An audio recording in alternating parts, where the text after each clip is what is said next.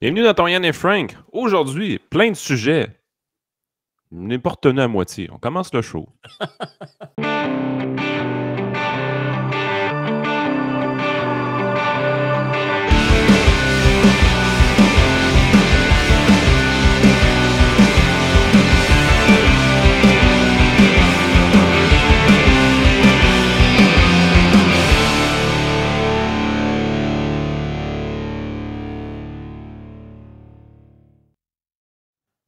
La vraie question, c'est plutôt est-ce que moi, je vais avoir retenu les propres sujets que j'ai sortis? Ça, c'est toujours Ouais, un mais peu.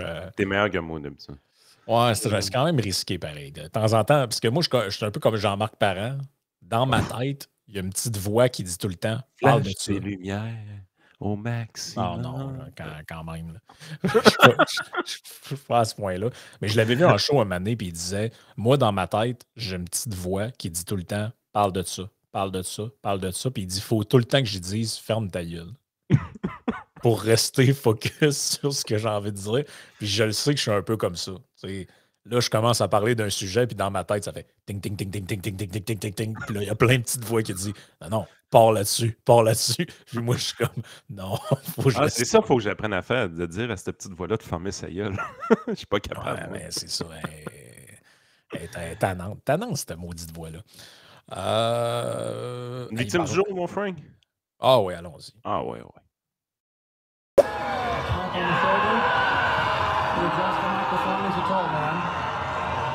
There's so much potential for beauty and for devastation. Écoute, j'aurais pu prendre Fox News comme victime du jour parce que Hey, ils se font damer le pion, c'est incroyable. tu sais que Fox News va couvrir dans le fond les débats de la primaire républicaine américaine. Hey, mais sans Donald Trump, tu sais, je veux dire, c'est quoi l'intérêt? C'est ça. Et Donald Trump finalement les a laissés tomber parce qu'ils n'iront pas au débat. Puis on comprend pourquoi. Là. Il est genre à 60%. C'est tout le temps, faut tout le temps garder les chiffres en tête. T'sais. Ben oui. Quand on a parlé de Ramaswamy, là, il y avait des commentaires qui disaient non, mais il est rendu quand même. Là, il y a des sondages qui le mettent deuxième. Ouais, mais le deuxième, genre 14%. Hey, moi, Frank, quand je me suis présenté aux élections en 2008 avec l'Action démocratique du Québec, j'ai fini deuxième. Je suis vraiment content. Je suis un des rares, d'ailleurs, à des Kiss qui a fini deuxième dans son comté. J'étais probablement un des meilleurs candidats. Juste 4400 votes, là. Mais... Ouais, c'est ça. Il mangeait une volée, là. Il mangeait une sincère, là. Mais check ce qu'on annonçait dans le Washington Post. Donald Trump welcomed Tucker Carlson and his small team into a private room at Trump Bedminster, New Jersey club. The one again, off again partnership found mutual benefit in a pre-record interview to air during the first Republican presidential debate. Hey, ça, c'est troll, pareil. Hein? On va pre-taper une entrevue. On va la diffuser en même temps que le débat. Tabarouette, man. Hey, ce gars-là, il est mean, quand même. Là. Ah non, mais écoute, ben c'est même, regarde, ça a dû y faire vraiment de la peine de dire ça, mais John Mark Leger. On va aller voir qu'est-ce que Jean-Marc raconte. Qu'est-ce qu'il dit, John Mark? Jean-Marc, il écrit, écoute, c'est magique. Jean-Marc, il est plus... je pense qu'il est sur une bonne track quand même. Jean-Marc écrit sur son compte Twitter, la vraie question du débat de ce soir est de savoir qui deviendra le VP de Trump. Il a raison. Et surveiller le candidat Vivek Ramaswamy, qui est le plus jeune et l'étoile montante de ses primaires. Jean-Marc a raison. Là. Ben oui. Obligé de le dire. Là. C'est rare que ça y arrive, là. En même temps, peut-être bien qu'il écoute Yann et Frank aussi. C'est pas drôle. non, mais quelqu'un qui est moindrement un peu intelligent puis qui suit un peu ça pour vrai, ce que je pense qu'il est son cas dans les deux cas. Tu sais, je pense pas que c'est un épais, puis je pense qu'il suit ça pour vrai. Tu sais, suivre la politique américaine, ça veut pas dire d'écouter Richard Etu. Là. Tout le monde a compris ça. Non. Fait que, tu sais, ce qu'il vient de dire là, ça m'apparaît une évidence. Puis Ramaswamy, justement, il l'attaque pas trop, Trump. C'est pas pour rien. Là. Non, c'est ça. Il n'est pas cave non plus, là. Bon, qu'est-ce que j'ai ici? Attends un peu. Bon, enfin, je continue sur Jean-Marc. Et voici ce que Jean-Marc dit. Je l'ai ici. Donnez-moi juste un instant. C'est parce qu'il en tweet des affaires dans une journée, lui. Il parle de son fils. Non, c'est pas de ça qu'on veut. Jean Talon, on s'en sac de Jean Talon. Coudon, il a-tu supprimé son tweet? Parce qu'il avait écrit. Il avait écrit que Donald Trump était un génie. OK, il l'a peut-être enlevé. Ah, il l'a enlevé, man. Je m'en allais vous mettre ça direct à l'écran. Il a écrit pourquoi pensez-vous qu'il a. Il a changé son tweet. Il avait écrit je vous l'avais prédit la semaine dernière qu'il se présenterait jeudi, donc à l'affaire d'Atlanta pour son procès. Pourquoi pensez-vous qu'il a choisi jeudi? Et le tweet originel ne s'arrêtait pas là, disait parce que ça va être au lendemain des débats, aucun média va parler du débat et tout le monde va parler de cette affaire-là. Et il avait écrit Trump est un génie de la communication. Je pense que ça y a trop fait mal. Ben là, à moins que je me trompe, je te le dis, je ne retrouve pas le tweet original. Ah, c'est sûr que ça peut y avoir fait mal de dire quelque chose comme ça, mais il a raison. S'il l'a dit, il avait raison. Il y en a des défauts, le bonhomme orange. Là. Il y en a plus qu'un. Là. Mais celui d'être mauvais en communication, il ne l'a pas. Là.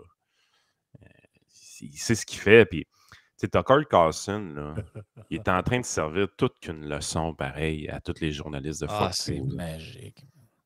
C'est juste magique. Là. J'essaie de retrouver le tweet de Trump aussi. Ben, pas son tweet, mais son. Il parle justement de. Il parle justement des autres candidats, mais le gars est complètement sauté sur le crâne. Qu'est-ce qu'il dit?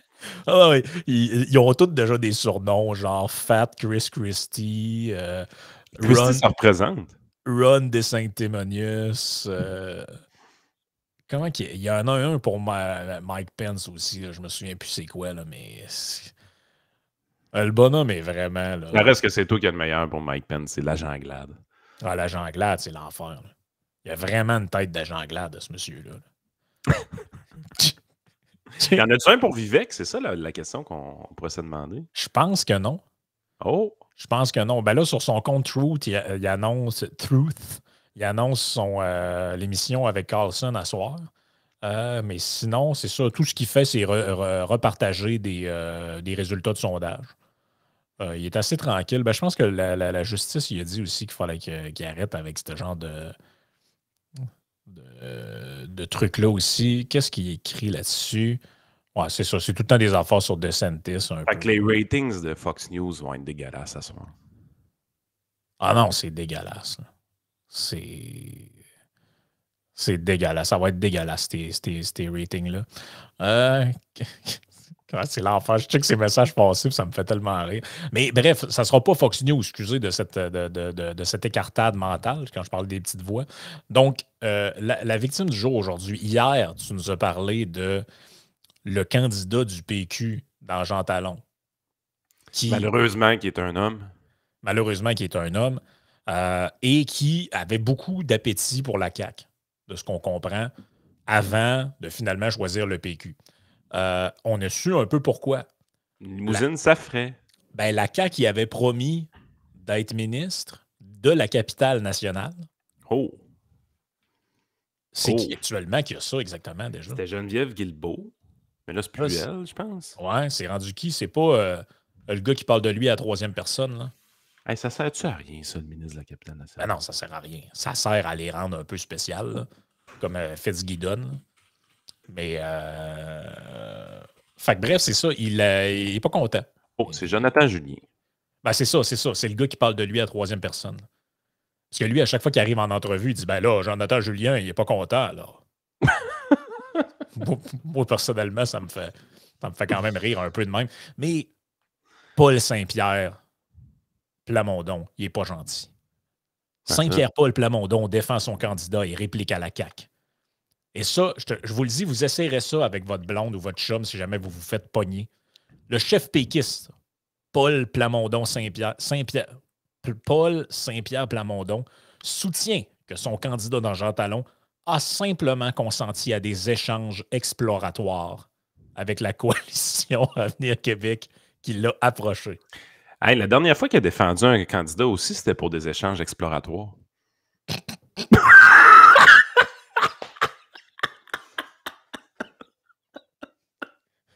Dans le candidat de Aval des Rapides. Peut-être ça. Je sais pas. Ou bien c'était dans Cap Rouge.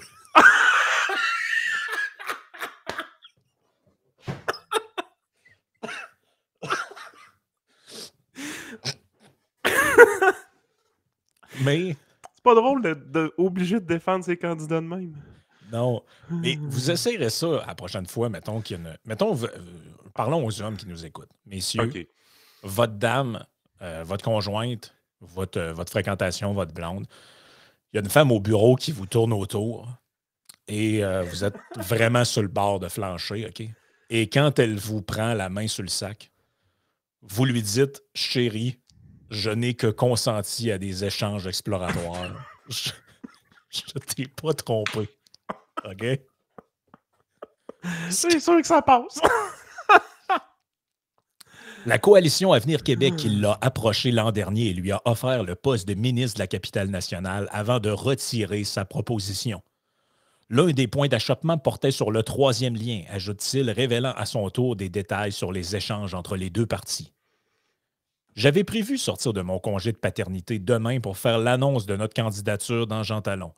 Mais devant un manque flagrant d'éthique et d'honnêteté de la CAQ, encore, en ce qui a trait à notre candidat, je devancerai mon retour en politique afin de faire des précisions.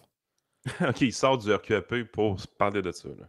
Le chef péquiste précise que Pascal Paradis a été transparent avec le parti et a tout dévoilé quant à ses échanges avec Martin Koskinen, avec la CAQ.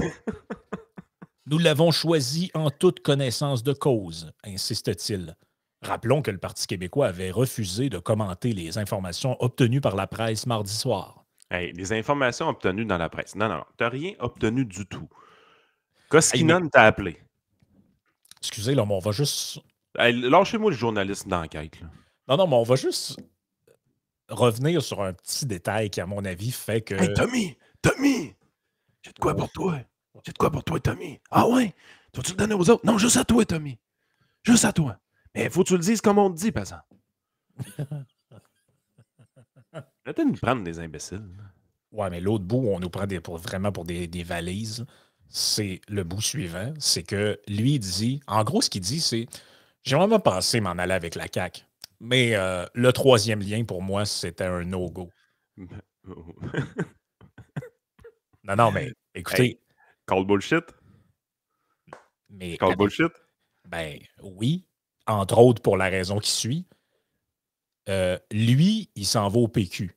Hein? Il est donc souverainiste, indépendantiste. Hein? Ça ne dérangeait pas de mettre ça dans le garde-robe pour s'en aller avec un parti fédéraliste. Mais le troisième lien, ça, là, hey, c'est correct, là, je vais me mettre la souveraineté de côté, là, mais Chris, c'est pas vrai que vous allez bâtir un pont. Mais le PQ, sa position sur le troisième lien, c'est quoi déjà? C'est une patente sous-fluviale avec des vélos dedans, je sais pas trop. Là. Hein? Une niaiserie. Il n'a pas de troisième lien avec le PQ. Là. Non, il n'a pas. On est-tu en train de faire un virage? Pas. Incognito, genre, que ça paraisse pas trop. Hey, personne ne va s'en rappeler qu'on n'était pas d'accord avec le troisième lien. On avait une base électorale à Montréal. Ben oui. Puis là, on a des bons chiffres à Québec. Fait que là, on va virer le manteau à l'envers. Selon Paul Saint-Pierre Plamondon, contrairement à ce que dit la CAQ, c'est la CAQ qui l'a approché et non l'inverse. Et Pascal n'a jamais rien exigé de la CAQ, alors que cette dernière soutient que l'avocat voulait la garantie d'obtenir un poste de ministre. Au cours de ces échanges confidentiels dont il a révélé le contenu à tout le monde, Pascal Paradis...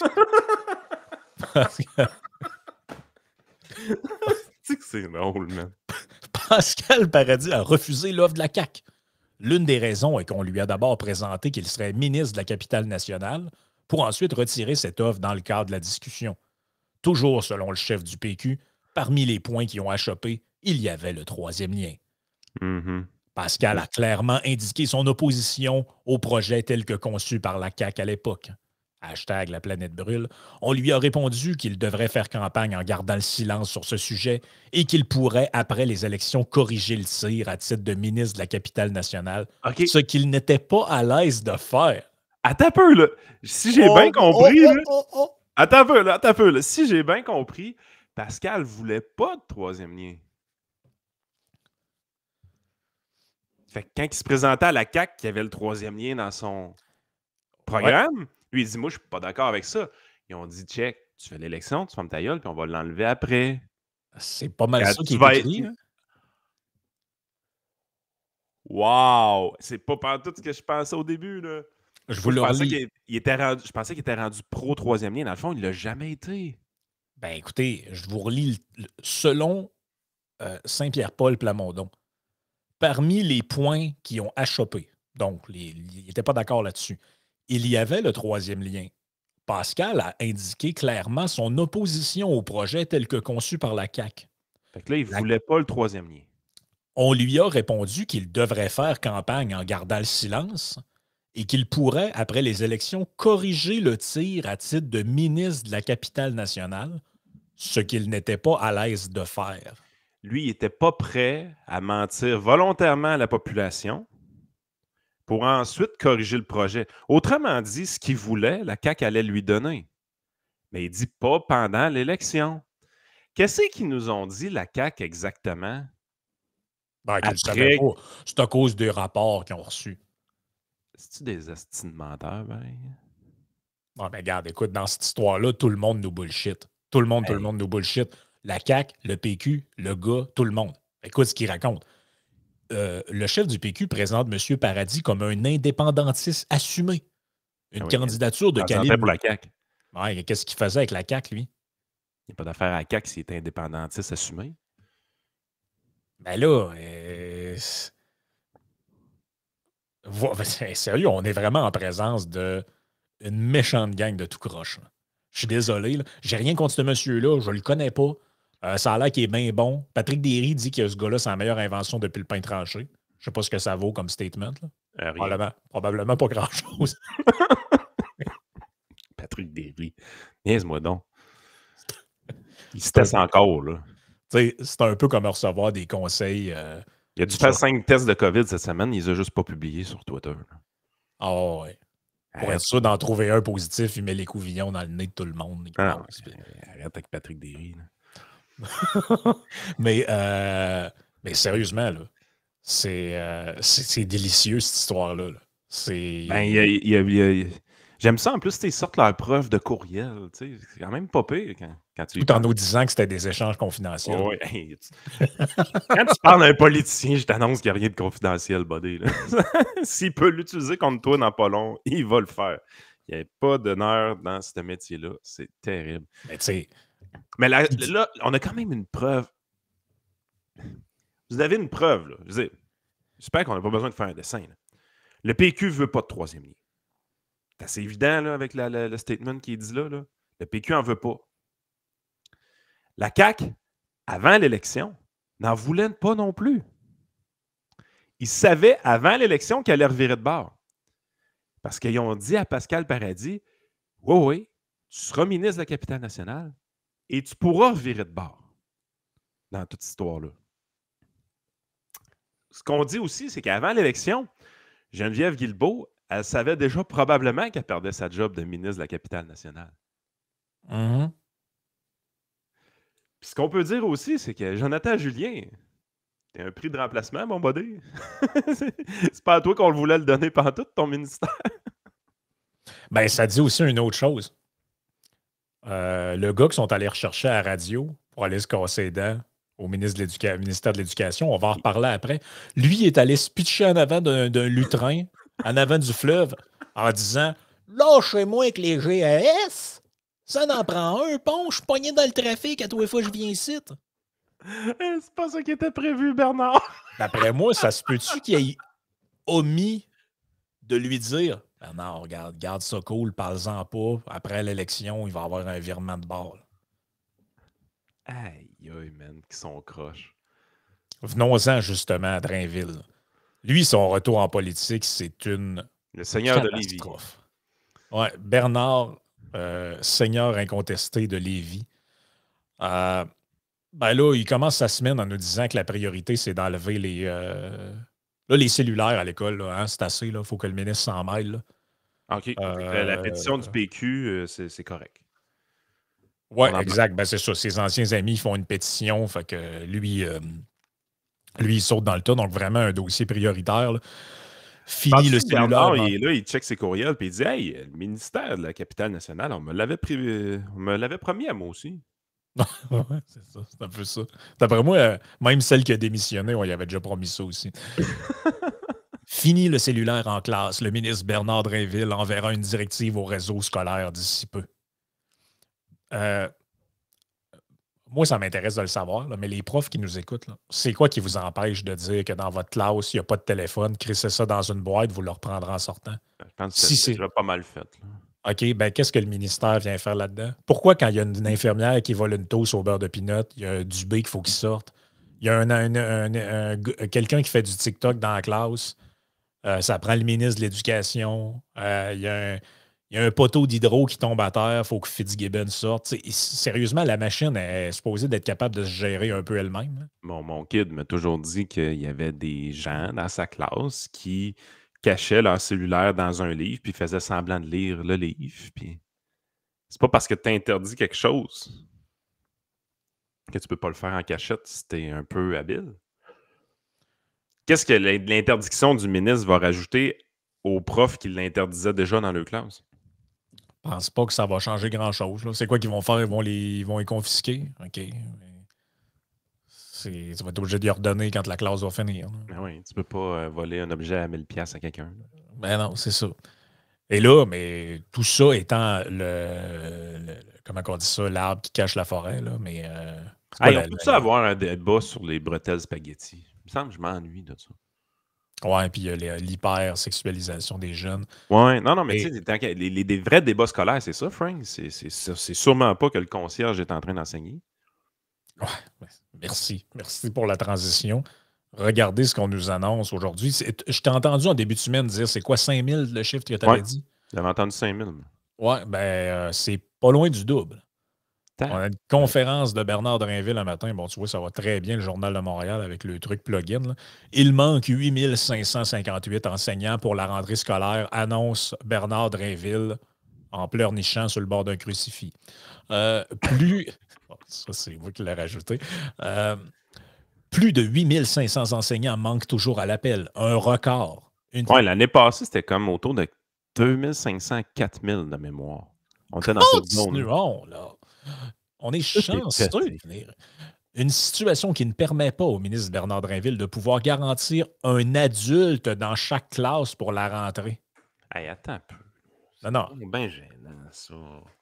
Yann, ils sont plus capables de garantir, pas un prof, un adulte. Oh, man.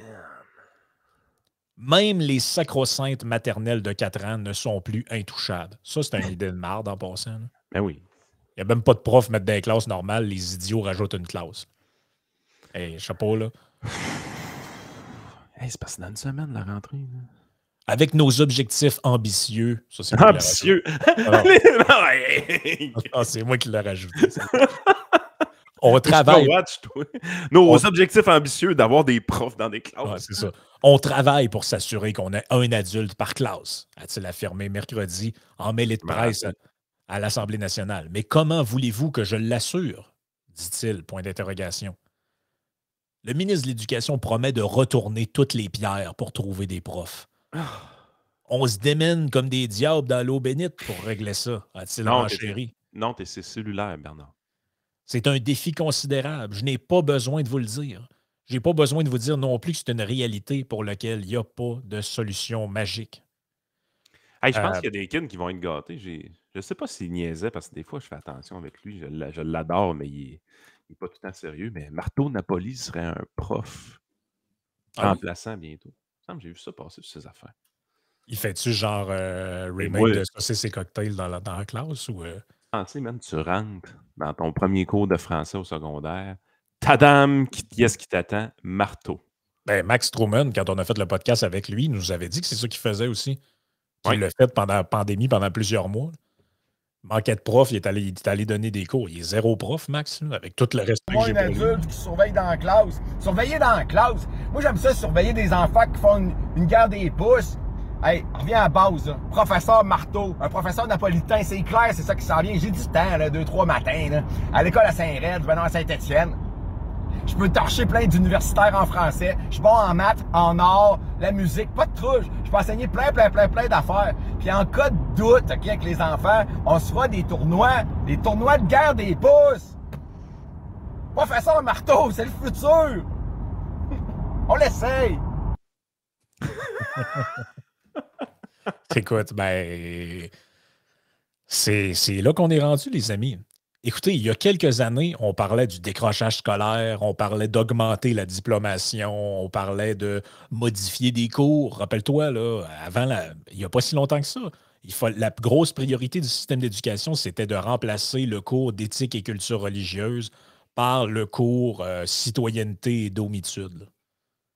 Où t'allais avoir, bon, le prof, il allait à la fois mettre un condom sur une bite de bois, puis parler de Gilles Vigneault, puis ce genre de truc-là. Donc, un espèce de nouveau cours. Mais là, il y a un genre de reality check qui nous pète en pleine face. Puis ce qui est le plus... Ce qui, je pense, qui choque encore plus les gens, c'est, rappelle-toi, pendant les élections, l'entrevue, en fait, non, après les élections, quand il était nommé ministre de l'Éducation, il est allé au Devoir. D'ailleurs, on a dû retirer cet extrait-là d'un podcast parce que le Devoir disait qu'on lui volait du contenu. Ah oui. Il est allé dans une émission et Michel David, il a dit: écoutez, vous trouvez pas ça un peu, hypocrite, Monsieur Drainville, de dire que vous voulez valoriser la profession d'enseignant, tout ça, vous allez leur proposer genre 1,quelques% de salaire et vous, les députés, vous votez comme ça 30% d'augmentation de salaire. Quel message ça envoie? Puis il avait dit: Michel. Il l'avait tutoyé. Il n'aime pas ça, mais Michel. T'es pas en train de comparer le métier de prof à celui de député, toi, là? Ah oui, je me rappelle de ça. Ah. En voulant, tu sais, Il avait tutoyé Michel, en plus. de manière assez méprisante, là, soyons francs, là. En gros, ce qu'il avait dit, c'est: Michel, être député, c'est dur, là. Être professeur, ben là, les professeurs sont à bout, là, puis il en manque partout, là. Mais sérieusement, là, tu sais, la fameuse phrase de Milton Friedman, là, il avait dit: tu donnes en gestion le désert du Sahara au gouvernement, puis dans 5 ans, il n'y a plus de sable. Je le paraphrase, là, mais en gros, c'était ça. Tout le monde a toujours trouvé que c'était une boutade exagérée, mais sérieusement, il manque d'infirmières, il manque de profs. Peu importe le service auquel vous appelez au gouvernement, sauf si c'est des trucs d'inspectage, de donnage d'étiquettes et autres, il manque toujours de monde. Ben, ça a l'air. Écoute, les gens qui fouillent dans des poubelles là, pour donner des amendes, tous ces trucs-là, ça en est des adultes, ça. On peut peut-être les enlever de leur bullshit job puis les mettre dans des classes pour surveiller les enfants. Parce que là, de ce que je comprends, c'est même plus être enseignant, c'est être présent dans la classe. C'est là qu'on est, là. Regarde, je te termine un peu ça là-dessus, là. Où est-ce qu'il est rendu, notre Bernard? Je l'ai perdu. Voyons où est-ce qu'il est rendu, lui. J'ai sorti trop de contenu. C'est ça qui arrive. Il sauve tout le temps. Mais tu vois que c'est pas chic, là. Sérieusement, on s'en fout un peu là, de votre... C'est beaucoup. 8500, c'est beaucoup. À pareille date l'an dernier, tu n'étais pas loin avec tes chiffres. À pareille date l'an dernier, il manquait 5335 enseignants. On est à 8558. Et c'était... C'est 40% de plus. Bernard Drainville lance un appel. Ben oui, c'est quasiment. Bernard Drainville a lancé un appel aux profs retraités pour venir prêter. Regarde, on est sur le bord de faire. On est sur le bord de faire je contribue, Chris, pour les écoles. Mais on avait besoin de moins de monde que ça dans le temps qu'on a lancé je contribue, je pense. Il a rappelé que le gouvernement a octroyé des augmentations de salaire aux enseignants afin de valoriser la profession et qu'il a mis en place des bourses d'études pour inciter les étudiants à se diriger vers cette profession. Devant l'ampleur du manque de personnel, le gouvernement Kakis a déjà repoussé l'objectif. Il manque pas de personnel. Je pense que selon les chiffres, il y a au-dessus de 60 000 profs au Québec, là. Il manque pas de personnel. C'est votre système d'ancienneté puis d'attribution des tâches logistiques qui est complètement débile mental. Prenant acte de la pénurie dans laquelle on se trouve, As-tu déjà vu un prof faire son repêchage? T'as-tu déjà fait un repêchage, Frank, un pool de hockey? Oui, un pool de hockey, oui. Les profs font ça à chaque année. Ils préparent leur pool de hockey. C'est une méthode de type repêchage dans leur commission scolaire. Ils ont le 25e choix, puis quand leur tour arrive, il faut qu'ils soient prêts à sélectionner ce qu'ils veulent. Mais ce qu'ils veulent, ça ressemble à charge de 60% secondaire 4, charge de 15% secondaire 1 dans telle école. Mais ça, c'est une école défavorisée. Pourquoi tu as une charge de 15%? Ben, c'est parce qu'il y a quelqu'un qui était 4 jours semaine.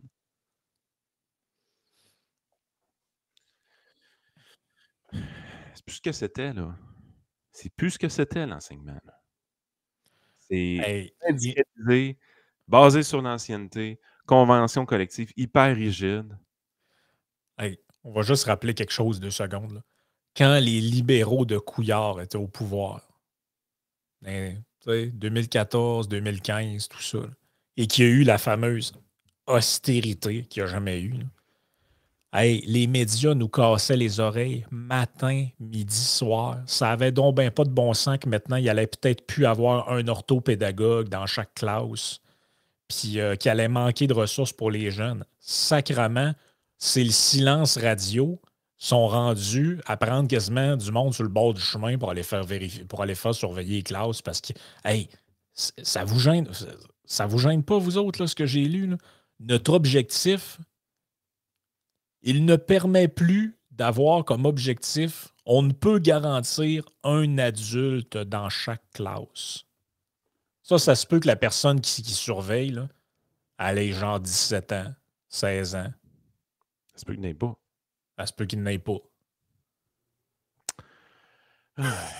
Hey, on s'en va sur le show Patreon. Le show d'hier sur Patreon, on a eu une longue discussion sur la faillite. J'ai posé la question sur Twitter. Pourquoi c'est aussi péjoratif, la faillite au Québec? Les réponses qu'on reçoit, c'est... Sérieux, les Québécois en finance ne comprennent rien. C'est l'enfer. Pathétique.